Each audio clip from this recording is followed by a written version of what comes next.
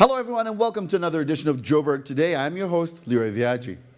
Placement for primary and secondary scholars still remains a challenge for many Gauteng parents, which raises the question whether or not there are enough facilities in Gauteng to meet their education demand. The private sector has taken up this challenge, with the introduction of Pinnacle College being one such example. Peter Ndoro speaks to Mike Atkin, the managing director of Pinnacle College, to find out more. Mike, thanks so much for joining us. So a school's going up in Linden, another one of the many schools across the country. What is it about Linden that you saw that you thought perhaps one of your products would flourish there? Well, we had a fantastic opportunity about 2 years back. There was a site belonging to the Salvation Army. They couldn't sustain the site anymore, and unfortunately had to put it up on auction. So we were able to secure that. We were the successful bidders. And we believe it's an area that needs more independent schools. There are a lot of very, very strong public schools in the area, but there's definitely a shortage and a need, and particularly at a more affordable fee level. So where we've pitched the particular school is really price competitive for that particular community. And I would imagine each community has its own nuances that you need to address. Yeah, very much so. All of our schools are what we would call community focused, but the offerings and what the communities look for in the relationships that they develop with the schools are very different in the different communities. And it is a key objective of all of our schools to develop that relationship and nurture it, because at the end of the day, by doing so, you're really ensuring a healthy community and a healthy school. All right, so for the parents, you're a school and you're taking charge of their kids and empowering them with an education. On the other side, you're a business as well, and so you've got to go through the due diligence and so on and so forth. What criteria do you use when you start to think about, do we invest in an area, do we put a school there? It very much depends on the brand.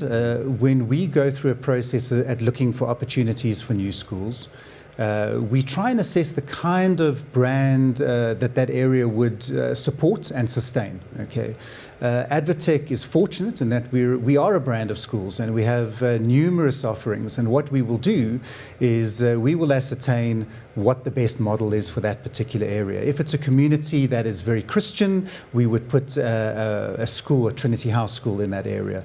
If it's very much a diverse community where affordability is a key issue, our new Pinnacle brand is what we would focus on there, and that is what our new Linden school is. We believe that is a perfect match for that particular area. What trends have you seen over time when it comes to private schools? Because in South Africa, we're starting to see more and more of this kind of offering. What does that tell us, and what trends are you seeing?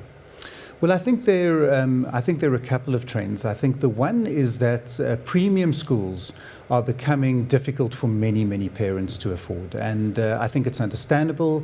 The entire economy is under pressure.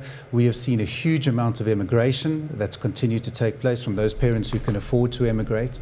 And even without that, we've been seeing a lot of parents struggling financially, and I think it is understandable with the economic situation.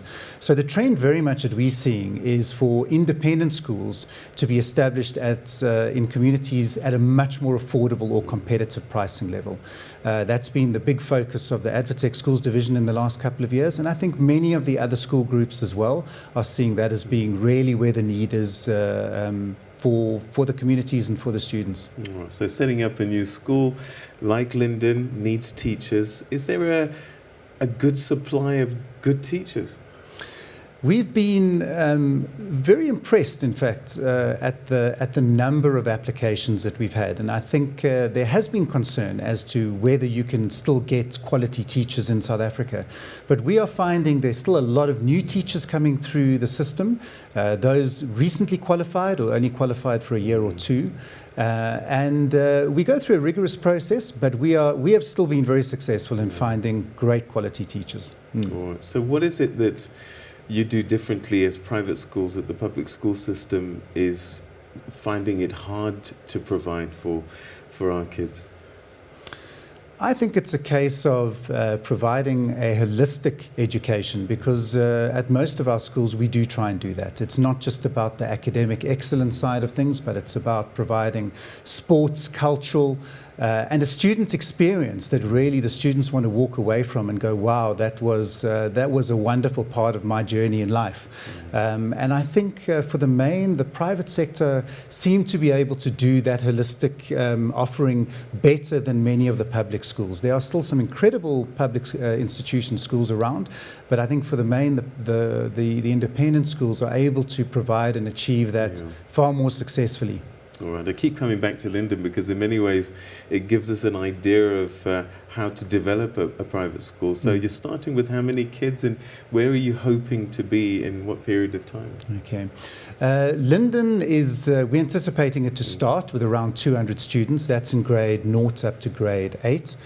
With it being a new school, we don't open all the way up to matric because it's very difficult to ensure the success of students in those later grades in a brand new school. So we're starting at 200. We're expecting it to more than double in the next year. And we're hoping that probably in about 4 to 5 years, we'll be up at our targeted level of about 1,600 students. Hi, I'm Jen Sue, and you're watching Joburg Today.